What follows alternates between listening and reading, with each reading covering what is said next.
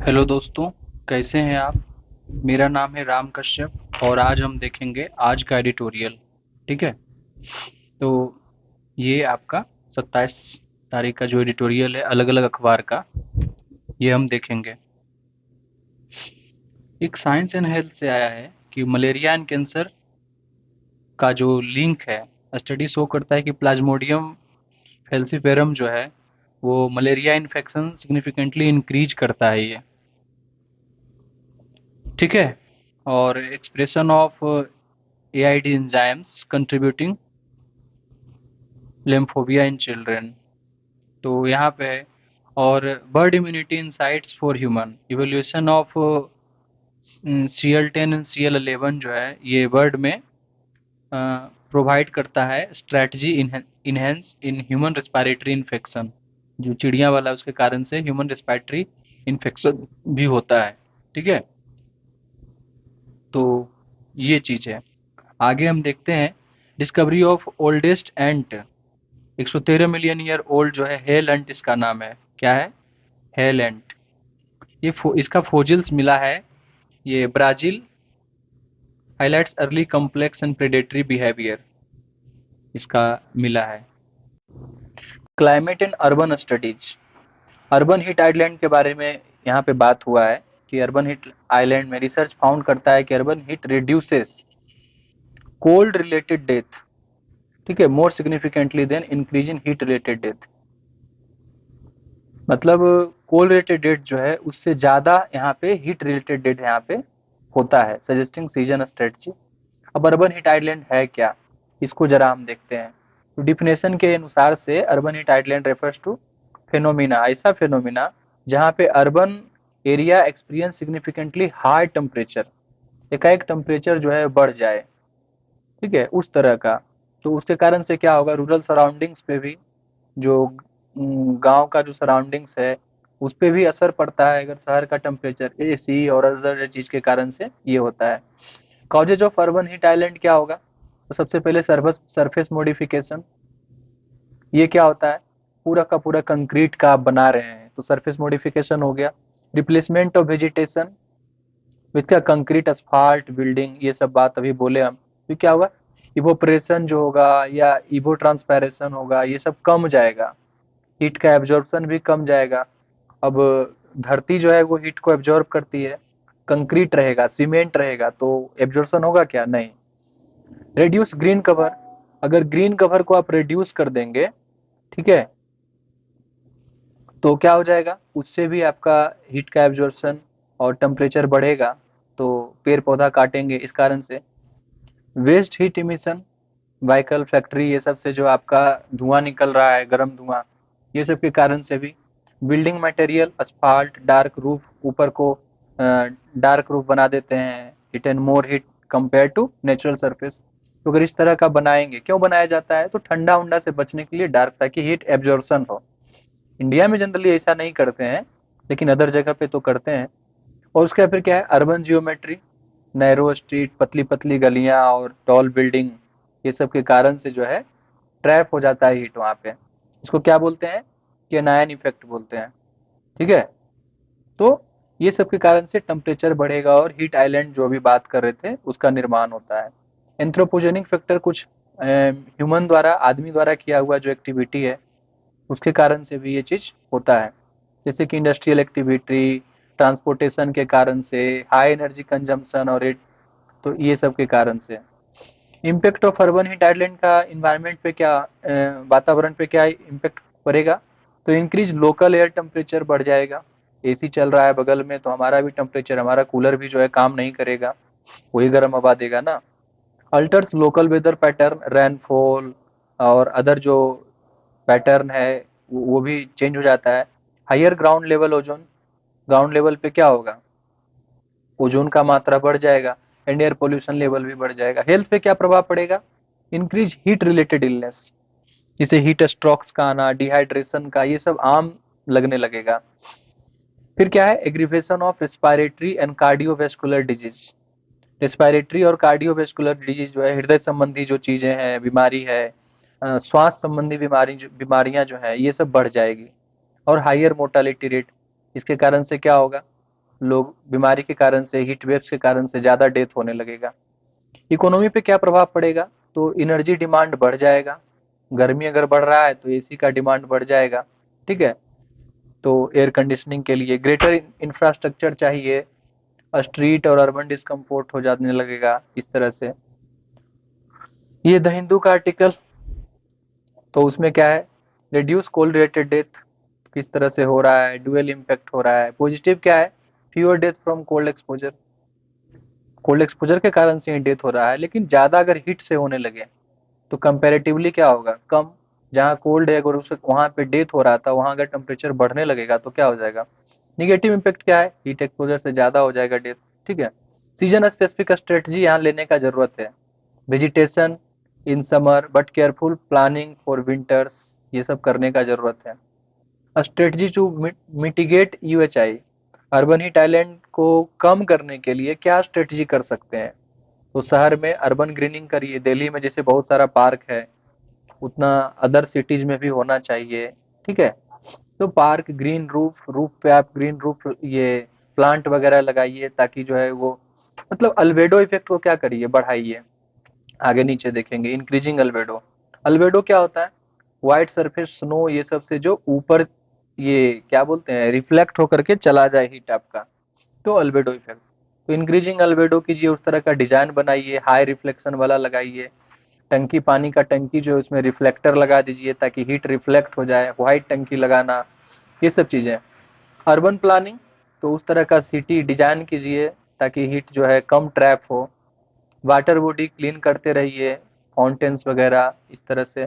Public awareness और policies इस तरह के प्रमोटिंग एनर्जी इफिशियंसी, जो आपका सामान है, इक्विपमेंट है, इलेक्ट्रिकल अप्लायंसेस है, इसको लाने का प्रयास कीजिए, अवेयरनेस कीजिए ताकि लोग इस पे जाए। स्मार्ट गवर्नमेंट क्या इनिशिएटिव ली है, गवर्नमेंट इनिशिएटिव ली है स्मार्ट सिटी मिशन। ठीक है, include green infrastructure and sustainable urban design.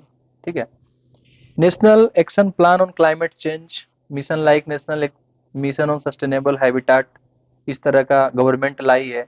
State level initiative भी है, अहमदाबाद हीट एक्शन प्लान लाई।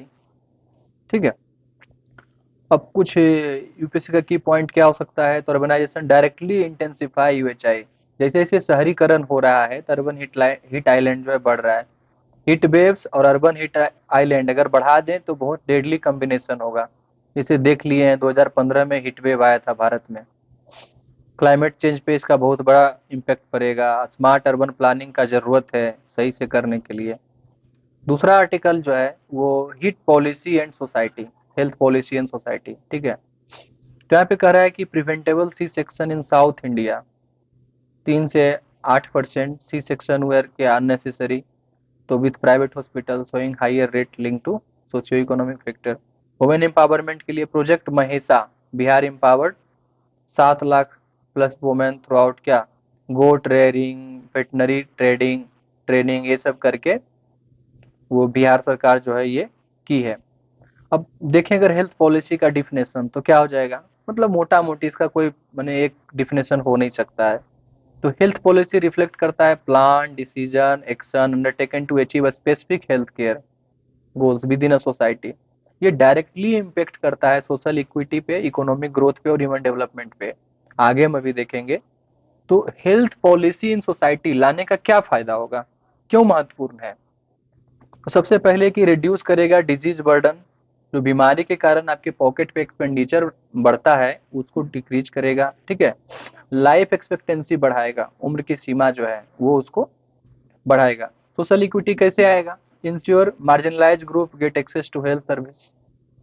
अगर गरीब गुरुआ जो है उसको अगर हेल्प क्या बोलते हैं, अगर उसको बेनिफिट मिलने लगा, सरकारी हेल्थ जो इंस्टीट्यूशन है वहाँ पे अगर इलाज होने लगा आसानी से, तो उनका पैसा बचेगा, तो सोशल इक्विटी आएगा कि नहीं, वो भी अदर जगह पे खर्च कर पाएंगे इस तरह से।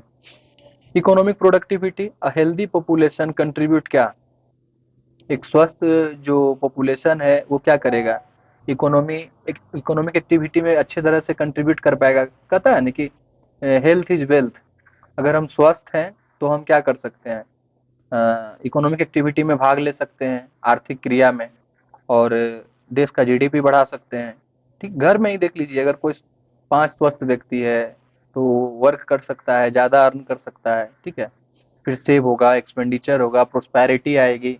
Disaster and pandemic response critical for क्या? प्रिपेयर्डनेस एंड मैनेजमेंट, जिसे कोविड-19 में देखें। Human capital development, health is fundamental education, ठीक है? Fundamental to education, outcomes and workforce quality. अगर हेल्थ ही, स्वास्थ्य ही नहीं रहेगा व्यक्ति का, तो कहाँ से सीखेगा, शिक्षा लेगा या काम करेगा? कंपोनेंट्स ऑफ हेल्थ पॉलिसी क्या है? तो एसेसिबिलिटी, आसानी से एक्सेसिबल होना चाहिए हेल्थ फैसिलिटी सिटीजन्स को, भारतीय नागरिक को हेल्थ की व्यवस्थाएं जो है मिलनी चाहिए। एफोर्डेबिलिटी, ये हमारे पॉकेट के अंदर होना चाहिए। मान लीजिए कि हम, हमारा इनकम 5,000 रुपया है, उसके अंदर में हमारा जितना भी बीमारी है वो आ जाना चाहिए, तो affordability.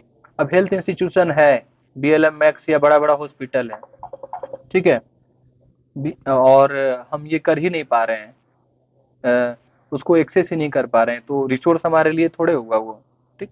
Quality, maintaining high standard in medical services institution, तो क्वालिटी का भी ध्यान रखना चाहिए, मतलब एफोर्डेबल भी हो, क्वालिटी हेल्थ मिले, सस्ता पे मिले, हमारे पॉकेट के हिसाब से मिले।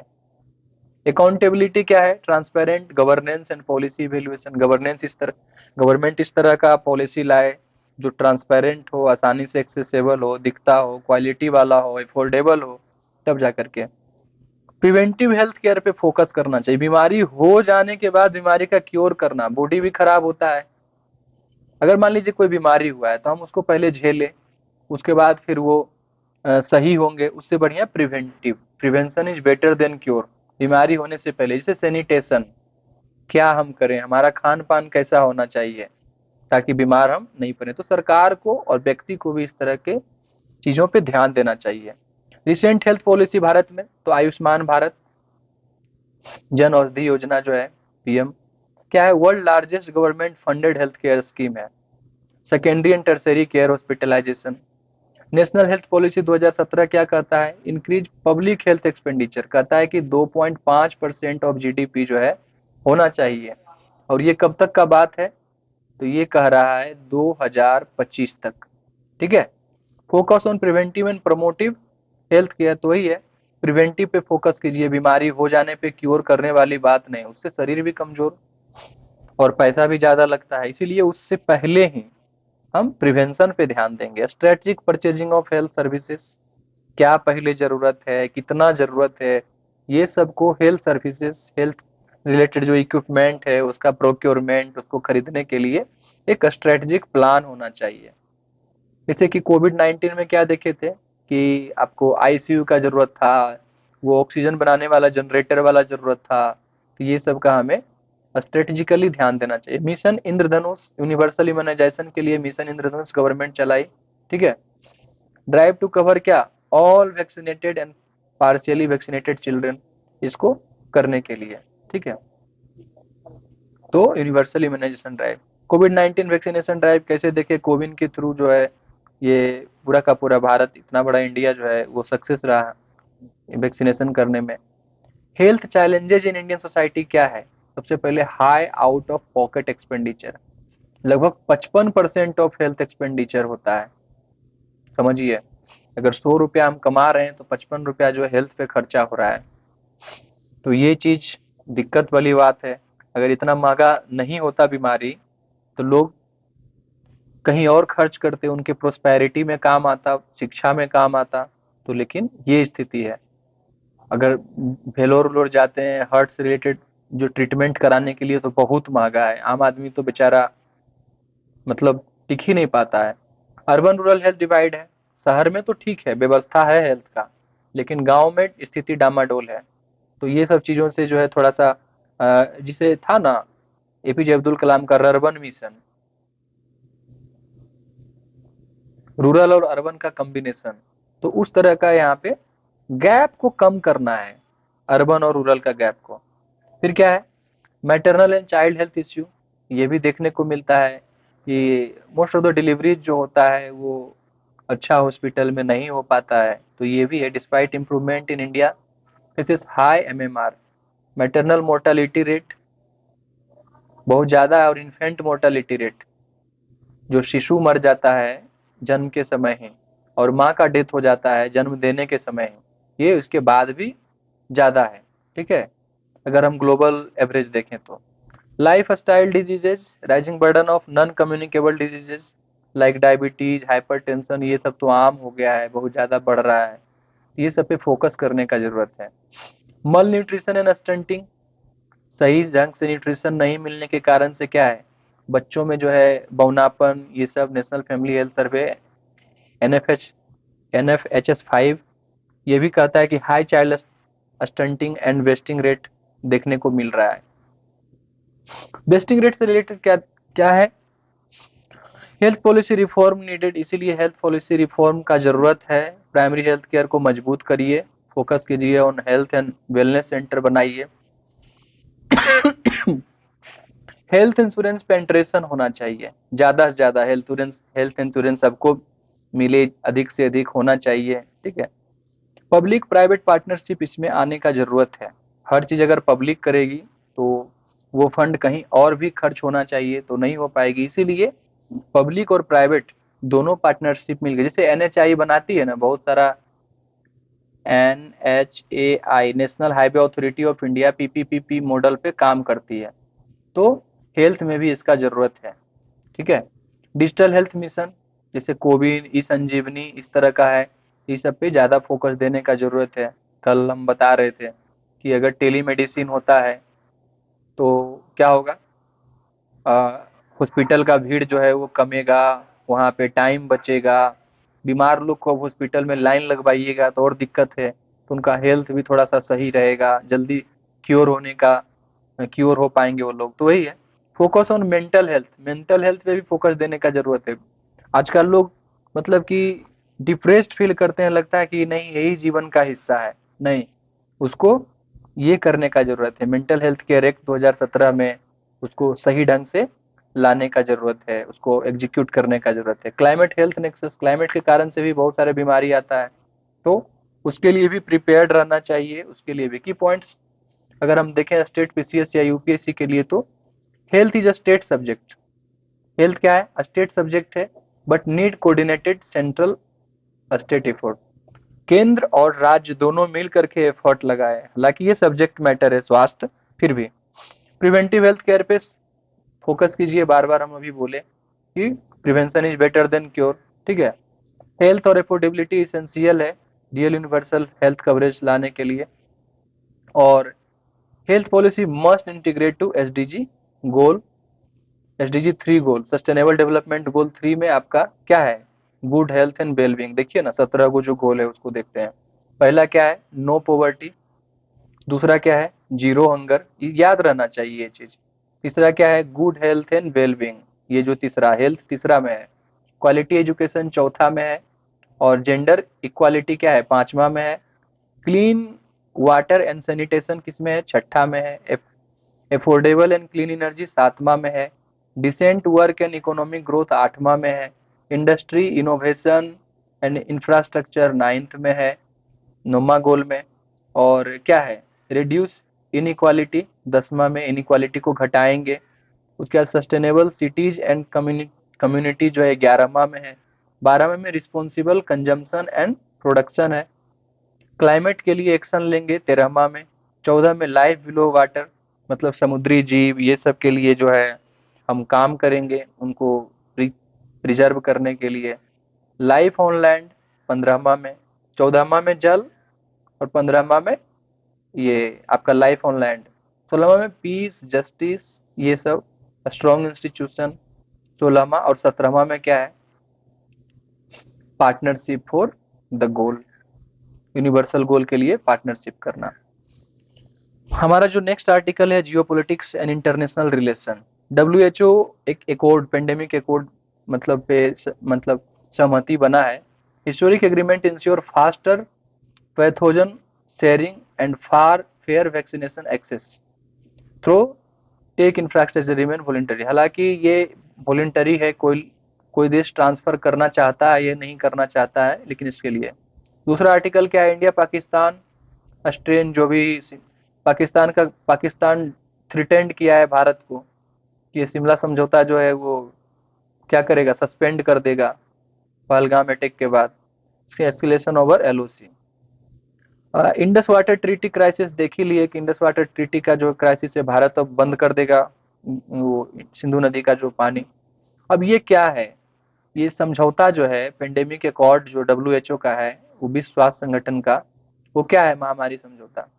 तो कह रहा है कि अंतर्राष्ट्रीय समझौते को संदर्भित करता है, इसका प्राथमिक लक्ष्य भविष्य की महामारियों को रोकने और उनके लिए तैयारी करने से है।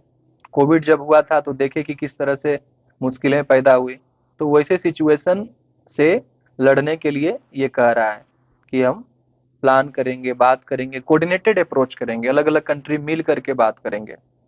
आधिकारिक तौर पर महामारी की रोकथाम, तैयारी और प्रतिक्रिया पर महामारी संधि, इस समझौते का मुद्दों का अंतर्राष्ट्रीय सहयोग के लिए एक रूपरेखा स्थापित करना कि कैसे ये सब काम करेंगे अगर इस तरह का एकाएक महामारी आता है तो। पाकिस्तान वाला जो है शिमला एकॉर्ड है क्या, 1972 में साइन हुआ था, जो भारत पाकिस्तान युद्ध 1971 में, उसके बाद इसमें बांग्लादेश की स्वतंत्रता हुई, बांग्लादेश एक नया कंट्री बना। ठीक है। 2 जुलाई 1972 को इंदिरा गांधी और पाकिस्तान के प्रधानमंत्री जुल्फिकार अली भुट्टो के बीच में शिमला, जो कि हिमाचल प्रदेश में यह समझौता हुआ। मेन कंपोनेंट क्या है, एक दूसरे के बॉर्डर को रिस्पेक्ट करेंगे, respect for sovereignty and territorial integrity. एक दूसरे देशों की क्या कर देंगे, संप्रभुता और क्षेत्रीय अखंडता को हम आदर करेंगे और राष्ट्रीय एकता, नेशनल यूनिटी का सम्मान करेंगे। लेकिन पाकिस्तान तो मानेगा नहीं। पीसफुल रिजोल्यूशन डिस्प्यूट, बात करेंगे टेबल पे आकर के। ठीक है। भारत और पाकिस्तान अपने विवादों को द्विपक्षीय वार्ता, बायलैटरल निगोशिएशन के माध्यम से हल करने के लिए सहमत हुए थे। तीसरे पक्ष जैसे संयुक्त राष्ट्र या किसी और देश ने मध्यस्थता को निषेध किया कि नहीं, हमारी लड़ाई है, हम दोनों साथ मिलकर के इसको सुलझाएंगे। लाइन ऑफ कंट्रोल का निर्धारण हुआ था 1971 युद्ध के बाद, एलओसी बनी थी। ठीक है। और उसे दोनों पक्षों ने मान्यता दी थी। दोनों देश नियंत्रण रेखा का उल्लंघन नहीं करेंगे और सीमा पे शांति बनाए रखेंगे, ये बात हुआ था। विथड्रॉल एंड क्या, रेपेटेरियन, रेपेटेरेस। ठीक है। युद्ध के दौरान पकड़े गए 93,000 पाकिस्तानी युद्धबंदियों को क्या है, वापसी सुनिश्चित करना। भारतीय सेना द्वारा कब्जा किए गए पश्चिमी पाकिस्तान के क्षेत्रों को वापस करना, ये सब था। नॉर्मलाइजेशन ऑफ रिलेशन, जो संबंध खराब हुए थे भारत पाकिस्तान का, उसको क्या करना, नॉर्मल करने का कोशिश करना। दोनों देशों ने राजनयिक संबंधों, व्यापार, संचार, संपर्क, ये सब को फिर से मतलब कि आदान प्रदान, संस्कृति का पुनः से स्थापित करने पे सहमति जताई थी। राजनीतिक वार्तालाप और संवाद को बनाए रखने का वचन दिया था, कमिटमेंट किया था। कमिटमेंट टू फ्यूचर निगोशिएशन, भविष्य में एक दूसरे बात करते रहेंगे और फ्रेंडली बिहेवियर बना रहेगा। भारत और पाकिस्तान ने तय किया कि भविष्य में कोई भी विवाद, विशेषकर कश्मीर मुद्दा, केवल शांति और बातचीत के माध्यम से सुलझाया जाएगा। तो मेन कंपोनेंट क्या था, भारत पाकिस्तान युद्ध हुआ, शिमला एकॉर्ड 1972 में हुआ, 71 में युद्ध होता है। और यहाँ पे कुछ पॉइंट जो आए थे, संप्रभुता का सम्मान करेंगे, सोवरेनिटी का, विवादों का शांतिपूर्ण समाधान करेंगे, एलओसी का निर्माण हुआ, युद्धबंदियों की वापसी हुई, सामान्यीकरण का प्रयास किया गया और निरंतर संवाद का वचन दिया गया। तो ये थे आज के आर्टिकल हमारे। आप सुझाव दे सकते हैं कमेंट बॉक्स में। थैंक यू दोस्तों, आपका बहुत बहुत धन्यवाद अंत तक बने रहने के लिए। बहुत बहुत धन्यवाद।